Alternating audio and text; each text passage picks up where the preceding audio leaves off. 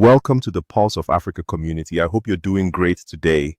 If you're joining us for the first time, don't hesitate to like, share, and subscribe to stay informed and connected to Africa's most important news reports. Your engagements will help this video to reach more people. Thank you very much. Professor Patrick Loch Otieno Lumumba delivered a fiery and thought-provoking speech at the University of Education in Winneba of Ghana, calling for a radical transformation of Africa's education system. His address challenged African nations to break free from colonial mentalities and reclaim their intellectual independence. Prof Lumumba did not hold back as he criticized the lingering colonial influences in Africa's education, language, and even naming systems. He questioned why African graduates in agriculture cannot distinguish between a goat and a sheep, why Ghana, the world's largest cocoa producer, imports chocolate, and why African engineers are not leading major infrastructure projects in their own countries. He also took aim at Africa's obsession with foreign validation, pointing out that even in sports, Africans celebrate European football clubs more than their own. When we talk about football, it's Arsenal, Liverpool, not Hearts of Oak or Asante Kotoko, he lamented. He urged African youth to stop lamenting and start innovating, citing China's transformation as an example. 30 years ago, China was known only for Chairman Mao. Today, even the toothpicks in Ghanaian hotels are from China, he said, emphasizing that Africa must change its mindset to compete globally. He ended his speech with a powerful vision of a self-reliant Africa, where cars, satellites, and even medical breakthroughs are homegrown. I see an Africa where our doctors return from abroad because we have built world-class hospitals here, he declared.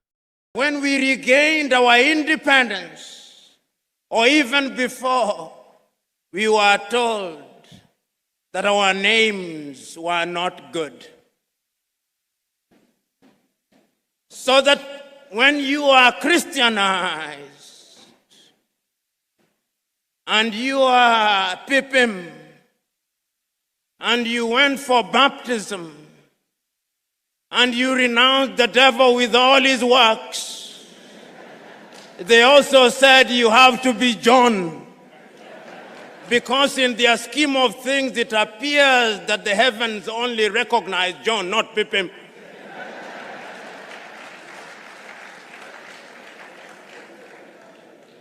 We were told that all the education we had acquired meant nothing, so that if you are eloquent in Ga or in Chui, you are not intelligent. You are only intelligent in English. You can only be intelligent in French, in Portuguese. We now know that that is nonsense. And you know, when that great Nigerian musician in the 1980s, fella Nicola Pokuti said, "Teacher, don't teach me nonsense," he meant it. He was reminding us that we must examine our education system. You know, when the British came here and they were establishing schools across Africa, and then when they were establishing Achimota, which is famous for producing great Ghanaians, the intention was to produce young men and women who would support the colonial empire. The intention was the same in Uganda with Budo's King's College. It was the same in Kenya with the Alliance schools. As Chinua Achebe says, the white man was clever. He came and put a knife in the things that held us together, and things fall apart. And they have remained apart. So today, when we come here to talk about education, we come here to remind ourselves that we have urgent business to be undertaken. We have urgent business to be undertaken to remind ourselves that Martin Luther King Jr. is still right. The mind is the standard of the man. Because If the mind cannot imagine, then we cannot realize our potential. So we are here to interrogate our education system. My good friend, Samuel Pipim, doing the work that he came to do, to lay the ground, reminded you appropriately that we have now become famous for producing graduates in agriculture, some of whom, if you allow me a little latitude and hyperbole, cannot distinguish between a goat and a sheep.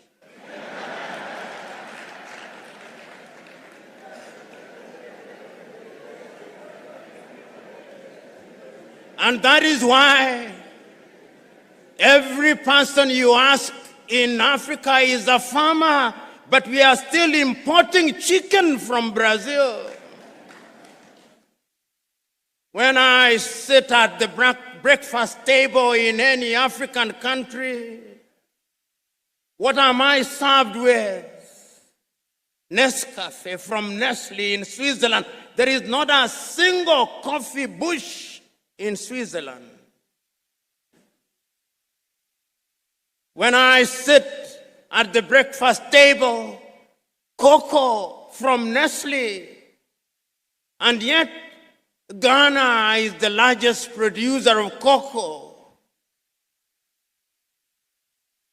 What happened? We were disrupted. Pipim was right. When we want to build our roads, we have engineers, most of whom today, if you do not address them as engineers so and so, they rise up, ready to beat you up. But yet, when we are building our highway from Accra through to Winneba, through to Cape Coast, through to La Côte d'Ivoire, it is the Chinese that I see.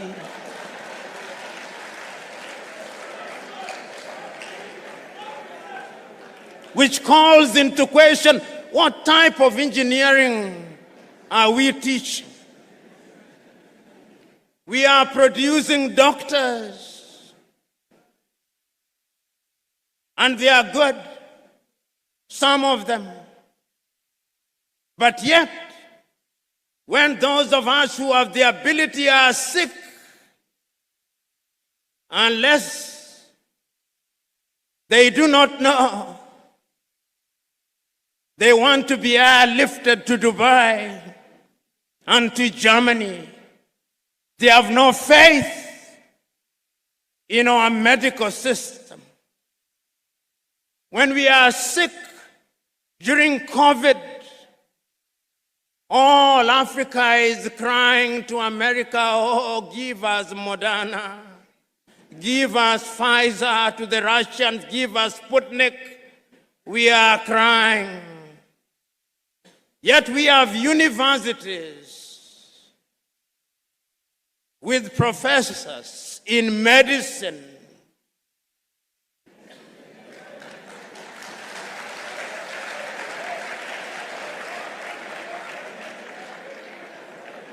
You know, there is a missing link somewhere. Until the day we have the courage to find that missing link, then we are not preparing for the 21st century.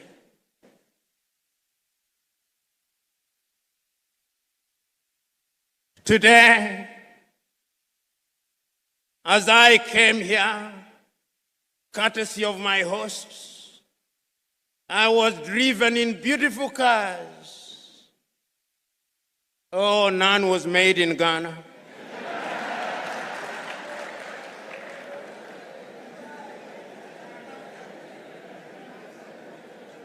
They are either made in Japan or in Germany. Africa does not produce cars. Ali Mazrui is right. We are in the business of consuming that which we do not produce and producing that which we do not consume. We must re-examine our education system. Even in matters as mundane as sports, which is a multi-billion-dollar industry, the United States of America offers our young men and women scholarships to study sports. Our universities don't. Football is a multi-billion-dollar industry. But yet, when one of the masters of ceremony was speaking in jest, it is not the anthem of Asante Kotoko that he remembered, but that of Liverpool, "We shall not walk alone."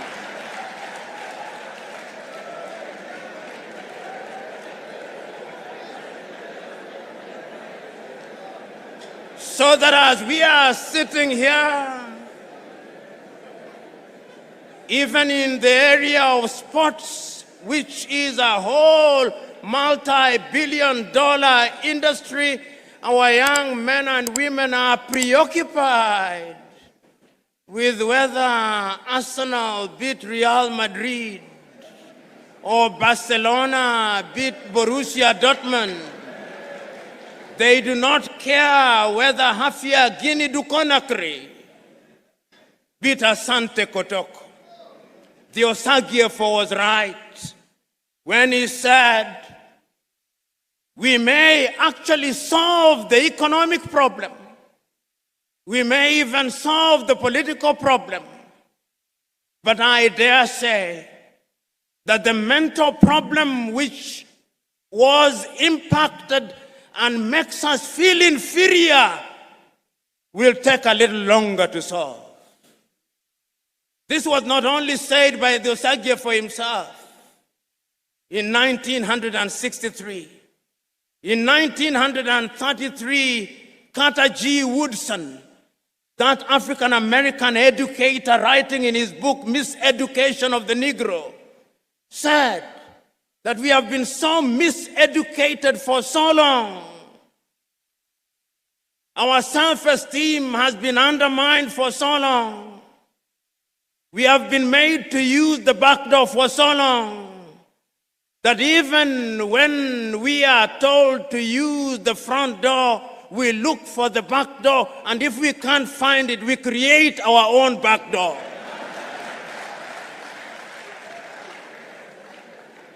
The level of our miseducation is amazing. We must change it in order to enter into the 21st century. You know, Brother Pippin, when you said that our passport, technological passports to the 21st century and visas to boot are expired, you are right.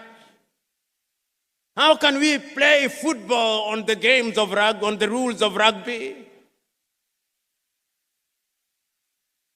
How? This is the question that we want to address today. We are talking about agriculture. And we are saying that we are now using technology to feed ourselves by manipulating the elements. The Chinese are seeding the rain so that it may rain. I have no problem with those of us who pray we must. But this misguided belief by Africans that when there is no rain we pray and do nothing about it is completely misguided. The divine instruction was go ye and subdue the world. And subduing the world is by using our minds, by using the knowledge that we have. This is what the universities must ask. Prof Lumumba's speech was not just a critique, it was a wake-up call. For decades, African leaders have spoken about decolonizing education, but little has changed. Our universities still teach outdated curricula. Our brightest minds still flee abroad, and we still measure intelligence by fluency in English or French rather than innovation. But here's the real question. Are we ready to change? Will African governments invest in homegrown research, technology, and industries? Or will we keep waiting for foreign solutions? One thing is clear, Africa's future depends on what we do now. As Lumumba said, Kwame Nkrumah is dead, but his ideas live on. The question is, who will bring those ideas to life? What do you think? Should Africa decolonize its education system? How can we build a self-reliant future? Drop your comments below. We want to hear from you. Don't forget to like, share, and subscribe to Pulse of Africa for more bold conversations about our continent's future. Hit the notification bell so you never miss an update. Until next time, stay informed and stay empowered.